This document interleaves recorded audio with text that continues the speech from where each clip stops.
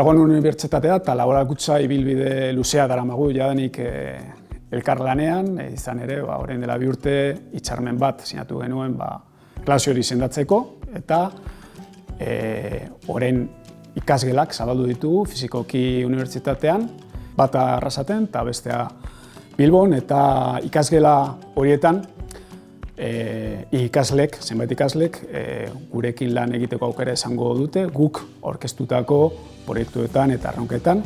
Soy estudiante de tercero del grado Business Data Analytics y acabo de meterme en el aula LK, Laboral Kutxa, y ahora mismo vamos a empezar con un proyecto que realmente se basa en identificar las operaciones financieras.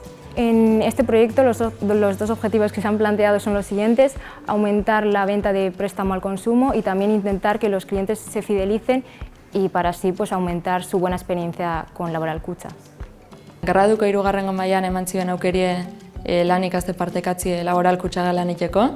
Eta, orain dela hilabeteo hasi nintzen lanin.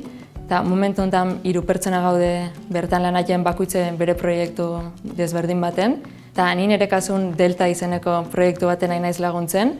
Eta proiektu hau da datu basik dokumentatzi buruz LLM-ik ibilia.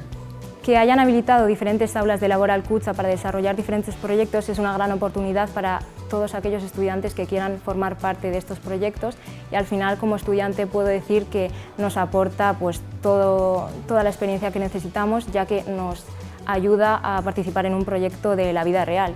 Nei oso aukera interesgarria iruditzen zait lan ikaste partekatzi hemen ikie, ze ikisten nahi naiz aplikatzen benetako proiektu real baten, eta Laboral Kutxa bezalako enpresa batentzat.